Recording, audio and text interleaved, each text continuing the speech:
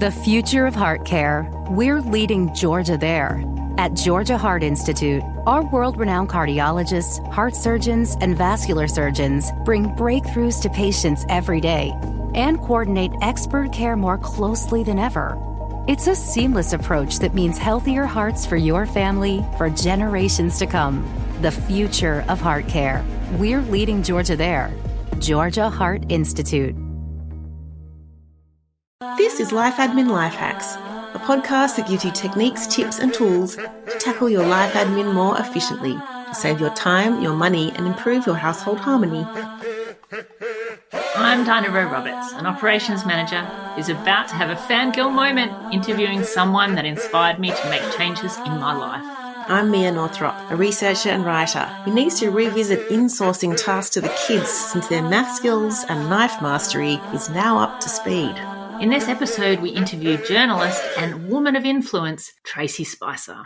Hello and welcome to Life Admin Life Hacks. Again, we have an episode for our How They Do It series where we're sneak peeking into how other people tackle life admin. And we're definitely seeing some themes from these interviews. A lot of outsourcing going on, people making decisions about what makes sense for them and their household in terms of who's doing what, and really not caring what other people think in terms of what they choose to outsource.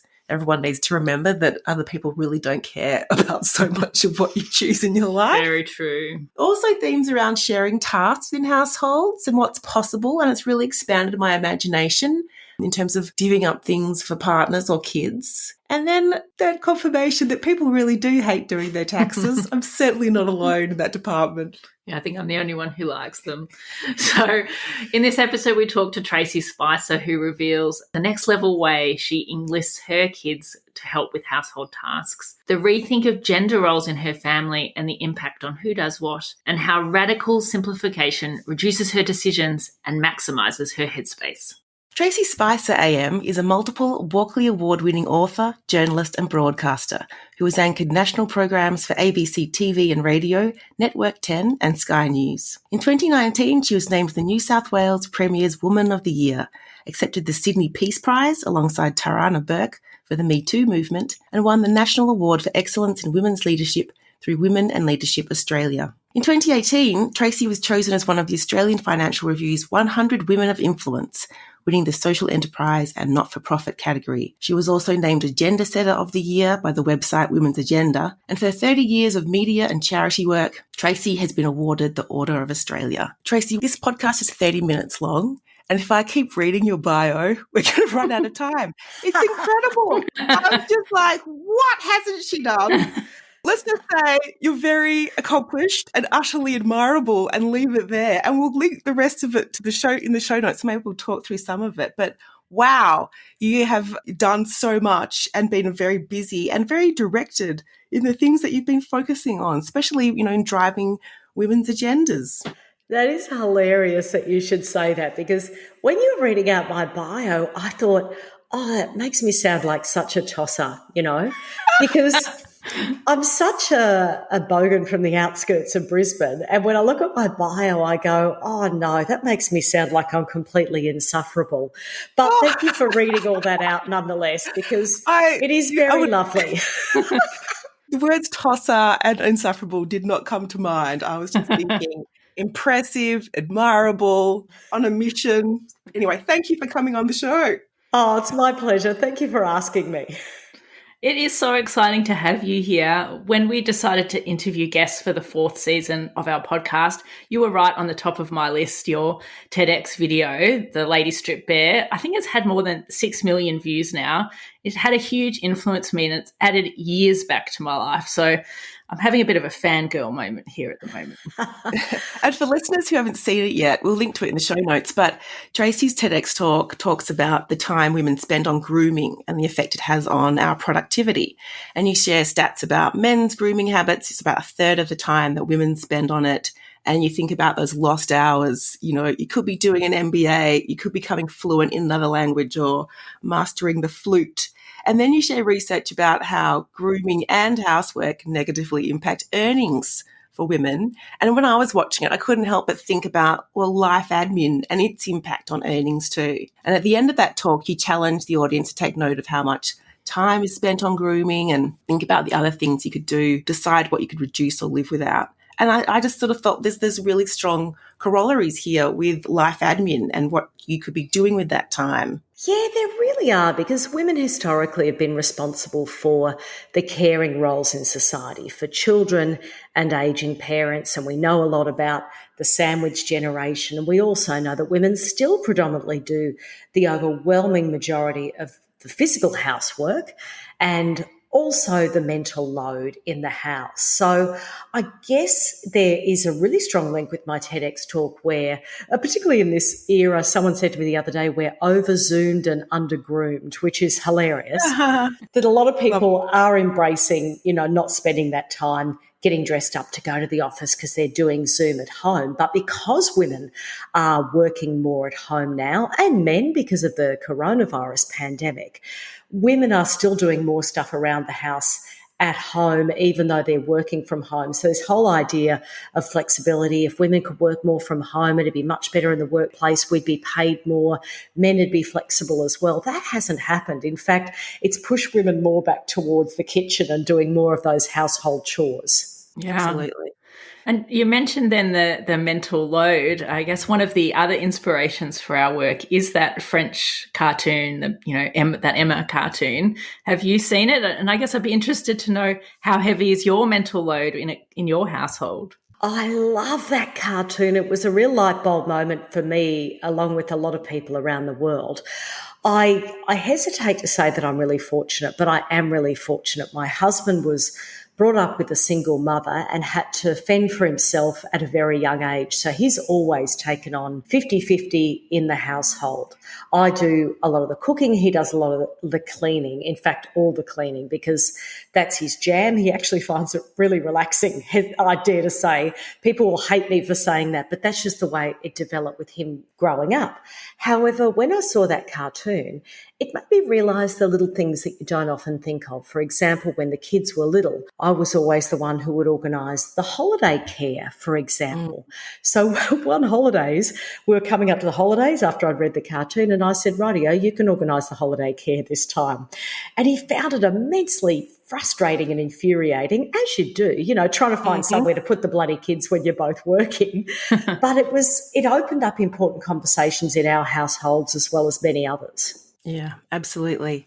And I think our audience for this show has a significant female skew, which says a lot in itself in terms of people looking for tips and hints and hacks and ways to optimize life admin and work out how to share it, how to delegate it, how to have those conversations. So yeah, let's help everyone listening with some insights into how it plays out in your world. We're curious about when you first became life admin aware and realized this was a thing that wasn't going to go away and had to be reckoned with.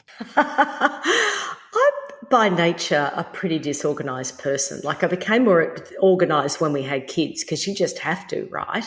Yeah. But when they got a little bit older, like old enough to be able to help us out, hubby and I immediately put life admin tasks onto them, because particularly when you're in a household where both parents are working, everyone needs to pitch in. Everyone gets the benefits of the house. Why shouldn't everyone do the admin?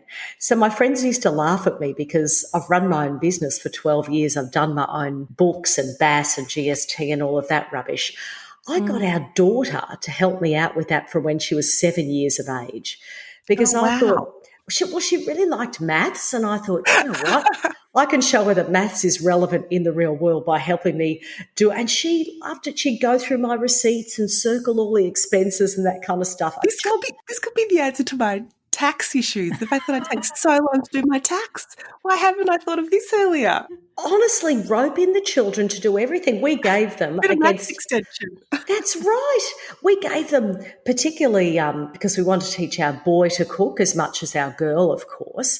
And so we gave him a knife at a very young age, a massive big knife when he was about 4, and taught him how to cut. And part of that's because I'm a little bit lazy and I don't want to do those boring things like going through my receipts and cutting vegetables. So why not enlist the children early to do that stuff? That's what I say.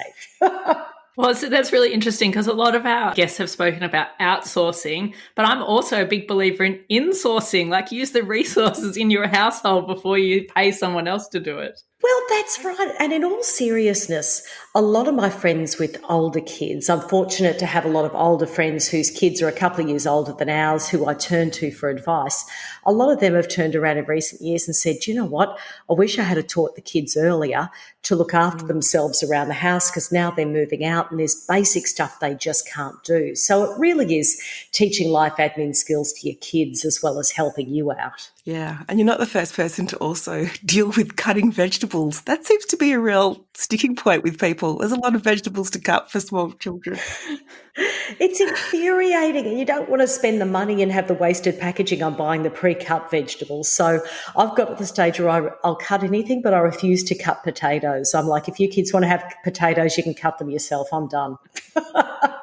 One vegetable too much. When it comes to life admin, what is most important for you? Peace of mind, saving money, saving time, or household harmony? That is a really interesting conversation because I'm a very strange person. It's more important to me to teach those non-traditional gender roles to the kids than any of that stuff. And it drives them berserk. Our kids are now 14 and 16. And our daughter leaned across at the dinner table last night and said, Mum, don't make everything a teachable moment, please. It's killing me. So I try to, more than all of that, hubby and I do spend a lot of time, because our son's 16 now, so he's been influenced by a whole bunch of awful stuff he sees online. We spend an awful lot of time trying to get him to do traditional female tasks, so cooking, trying to get him to sew, getting him out into the garden, all that kind of stuff, and trying to get our daughter to do more of that male stuff, take the rubbish out, take the food out to the worm farm.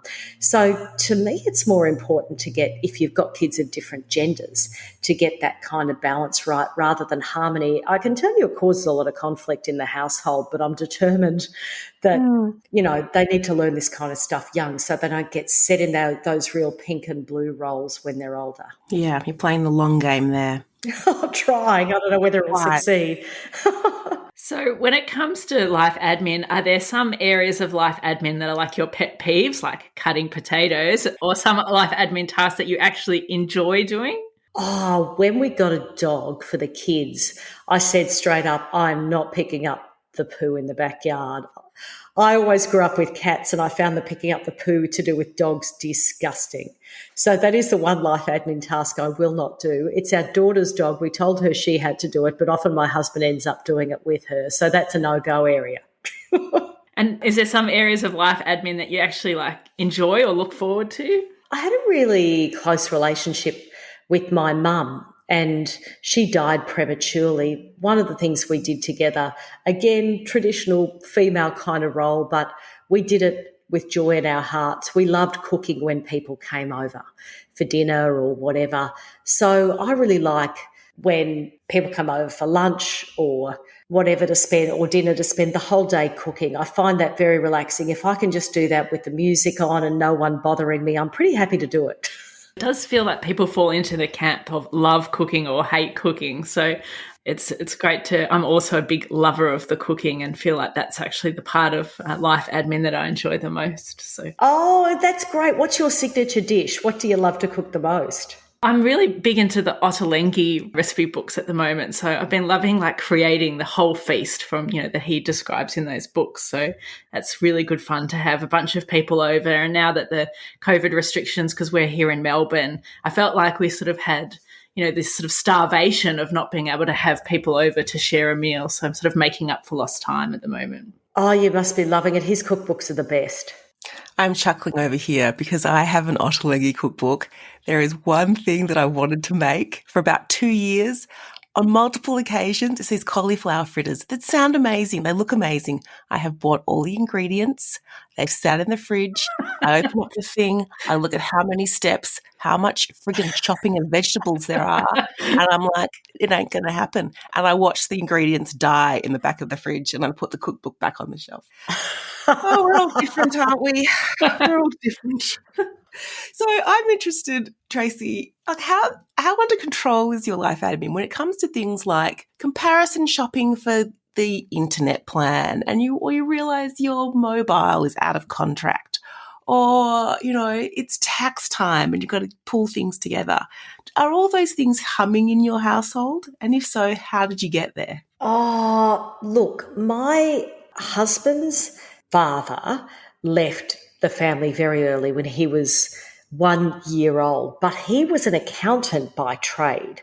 So hubby is really good and it does all of that kind of bill stuff. He actually finds that relaxing and enjoys it. He loves comparing the internet plans and all of that. So fortunately, I don't have to worry about that. When it comes to the tax, I do most of that myself. I've got an accountant because I've got my own company.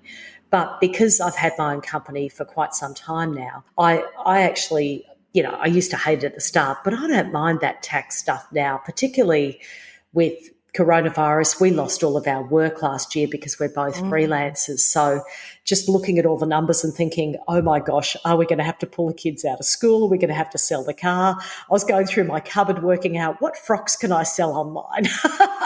Yeah.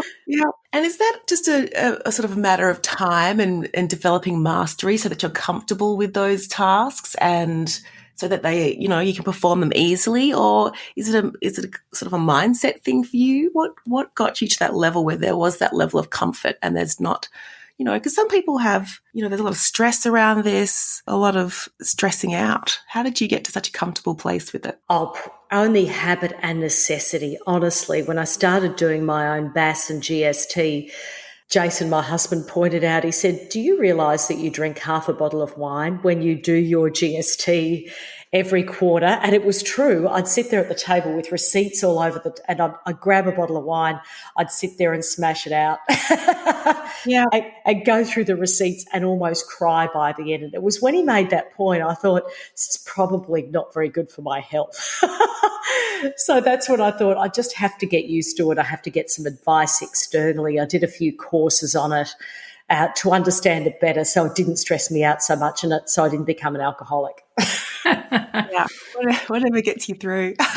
Yeah. I guess there's a theme here with outsourcing, and some people are quite uncomfortable with outsourcing tasks that they feel for whatever reason that they should be doing themselves. What other things do you outsource?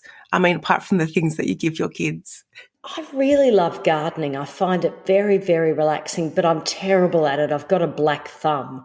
So when we renovated our house a couple of years ago, the one thing I wanted was for someone to come in and do a garden design and do the initial planting so I could then maintain it. And I've maintained it ever since and loved it every day. I'm out there murdering stink bugs and grabbing caterpillars off plants with great joy, watering and pruning and weeding and all that kind of stuff. I love that. I find it very relaxing, the repetitive tasks, but just to get someone in externally to set it up properly, because it does give me great joy. So I'm happy for stuff like that if I know that ongoing I can contribute to it and it gives me great joy. But I do understand why people don't want to outsource stuff and want to learn to do it themselves. You talked before a bit about when the time that you asked your husband to organise the school holiday care, and that I guess in some parts of your life admin, it naturally falls to one person or the other. But have you got an approach to having the conversations about some of those other tasks that don't necessarily fall naturally to one person or the other and how to better share them? Or any systems in place to better share the mental load? We developed some better systems when we realised that we had a gender pay gap in our household with our children when it came to household chores. Because Taj being the boy and seeing around him men doing traditionally male jobs was more drawn to taking the rubbish out, and Grace was more drawn to the inside housework stuff because that's what she saw on American TV shows that women were doing, right? Because you can never underestimate the impact of mass media on children's developing brains. We'd done this hastily drawn up list on the fridge that said this chore is worth this much and that chore is worth that much. And because of our own unconscious bias, we had weighted the physical chores outside more heavily than the light housework inside. So that was our own unconscious bias. we changed that systematically so it was fair regardless of who was doing the tasks. It was very similar to how bricklayers are paid more by the hour than hairdressers, comparing male and female dominated industries. But there are a lot of things, there are a lot of intangible things around a household that you don't have systems for, and often it takes frustration for that to come out. And let me give you a really tangible example of this. I'm quite embarrassed about it. I was really exhausted the other day for whatever reason.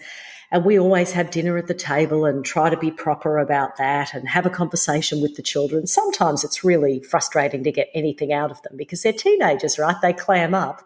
And I said to my husband after, I said, look, I don't want to be rude, but I'm a bit exhausted and I'm finding it very mentally draining to be the one who always has to start and moderate and manage the conversation around the dinner table, even when I'm tired after a big day of talking and speaking and working and training.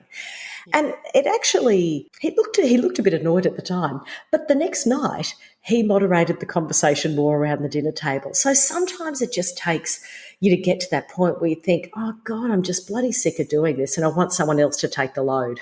Yeah. And I think we all fall into that trap of sometimes thinking people can read our minds and, you might be sitting there thinking, can't you tell that I'm kind of a bit sick of doing this, and hope that they will jump in. But yeah, voicing your needs and sort of resetting expectations about that is a lot more productive and skillful way to go. Yeah, that's really wise, just having the conversation. But I do understand that it's a difficult conversation for people to have because it can cause conflict, it can cause confusion, it can change things in a way that you don't expect. For example, power shifts within the relationship. It's a really nuanced thing. Mm-hmm. And I think there's also that challenge people face if you're in a relationship and you're not both working, or you're working very different amounts, then there becomes this interesting expectation of who does what around the house. And it can feel really unfair if the person who's not working or working less is the sole person responsible for all of this sort of household management and the thinking around life admin, when really running the lives of multiple people is a huge job. Definitely.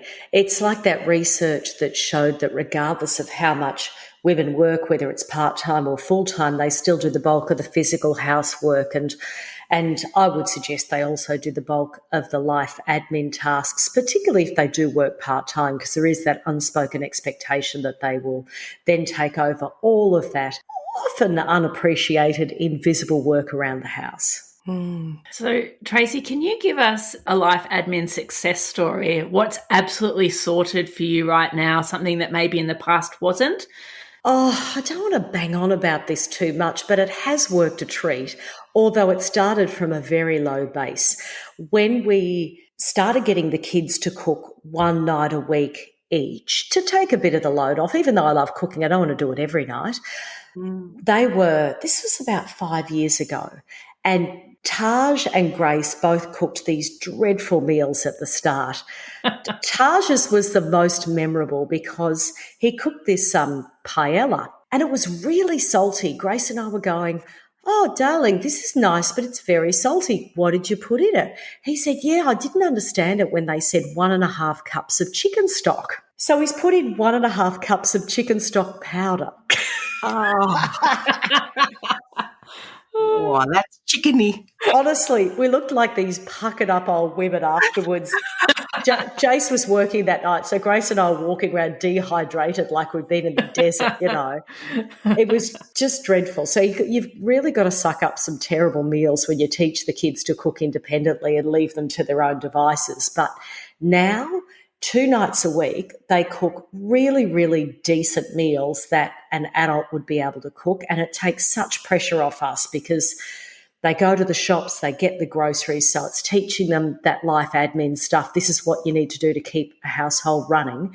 Again, it's that short-term hideous pain and dehydration for long-term gain. But let me get this straight. They decide what they're going to cook for their night of the week, and they're responsible for going to the supermarket and getting the ingredients as well. Yeah, they do. Gracie, she was choosing between paella, because that's one of our favourites, and chicken schnitty last night. So she went to the Woolworths and got the chicken schnitty and got all the salad ingredients and made 2 nice salads to go with it. So it really is worth persisting with your kids, even though it drives you crazy at the time, because long term it pays off. I love interviewing people and finding out what's possible. Like, this is the whole peeking behind the kimono, because, that's really, it's a fantastic thing to do, and it's not common, but they're capable of it. I think we underestimate what our kids are capable of doing. Yeah, we totally underestimate them. I'd like to get them to do more of the big, heavy physical housework around the house, and we have been negligent with that. We just get them to do things like washing and cooking, a little cleaning. We haven't got them to do the big stuff yet, the whippersnippering and the big vacuuming and all that, but we'll definitely get onto it. So, Tracey, thinking back, what's one other life hack you wish someone had told you earlier in your life? Oh, let me think. I'm a little bit like what they used to say about goldfish, because I've worked in 24-hour news for so long. I tend to remember things that happened in the last week more so than things that happened 10 years ago. What's really front of mind for me is that we have had a cockroach plague lately, which I know is incredibly glamorous and disgusting. So every night, because I go to bed before my husband goes to bed, every night I've gone into the bedroom with my thong to murder the cockroaches, because I don't like using too many chemicals, nasty chemicals around the house and all of that kind of stuff. Anyway, then I went to Melbourne a couple of days ago for work, and Gracie called me in hysterics, in terrible fear, going, "Mum, the cockroaches have taken over the backyard." Apparently, because we couldn't work out where they're coming from, they live under the grass like some kind of horror movie, right? She went out in the backyard and their cockroaches, she sent me a video, were just teeming all over the backyard. So I wish someone had told me how to control bugs in the household, because that is stuck in my mind like I'm living in a horror movie with this cockroach army in the backyard waiting to come in at any time. I'm roaming the house with a thong in my hand constantly. If someone could have told me earlier how to manage the bugs, because I find them completely disgusting, that would have been great. That's awesome. I love a cockroach story. We actually have got some in our house at the moment, so I'm going to have to do some more research on cockroach control. Yeah. Ants in my house, the ants are winning. Oh, no, they're so clever, ants too. There's just so many of them. It's creepy. This is a total non sequitur. You are incredibly busy. You write books, you produce documentaries, you are ambassador for a whole bunch of different not-for-profits. You're regularly speaking. I imagine that you have a very full diary. How do you manage your schedule and balance where the kids are at, what your partner's doing, and stay on top of your to-dos and stay on top of your appointments? Oh, one good tip is having a shared diary for the family. That's where it is handy when your kids get old enough where they've got phones, because then everyone knows what everyone's doing at any particular time. So technology has actually helped us out with that massively. The other thing is to simplify everything that you do. So even though under usual non-COVID circumstances, I'm away a lot traveling, I simplified as much as possible. I only have 3 outfits that I wear and that I rotate. That's it when I'm working. And they're like my uniform. Yeah. There's a lot to be said for uniforms because it simplifies things. I don't have to iron them. I can roll them up in my bag. I wear the same pair of shoes always until they wear out. Then I chuck them out and get another pair of shoes. Just anything that you can simplify like that, rather than, because I think that reduces the mental load, the whole idea of what am I going to wear today? What shoes am I going to wear? What handbag am I going to grab? All of that rubbish stuff that we're told we need to care about. If you simplify those little things, it frees up brain space for, okay, now it's easier for me to think about the juggle and where everyone else in the family is going to be at any one time, because you don't sweat the small stuff. Yeah, that's incredibly wise. I think in terms of decluttering what's around you in your home, decluttering your wardrobe so you're not having to make choice the whole time and get into decision fatigue, frees up that headspace to think about things that really matter. You've articulated that so beautifully. That's exactly right. Because we're told we should care about all this kind of stuff that really doesn't matter at the end of the day. I think that's a beautiful place to finish. So Tracey, lovely talking to you both. You're very wise women. Tracey, thanks so much for sharing your experience and ideas with us today. It was such a pleasure. We really loved the conversation. Where can our listeners find you if they want to hear more? My website is traceyspicer.com.au, and I'm all across social media because I do love it. I'm like a 17-year-old in a 53-year-old body. If you'd like to join us on our Life Admin journey, please head to our Facebook page, Life Admin Life Hacks, to follow us and share your thoughts on what we're doing. And feel free to post any comments or certainly post suggestions that we might be able to use. We hope to see you there. Thanks for listening. Show notes for this episode are available at lifeadminlifehacks.com. If you're a fan, please subscribe and share the love, and tell a friend or review us in your podcasting app.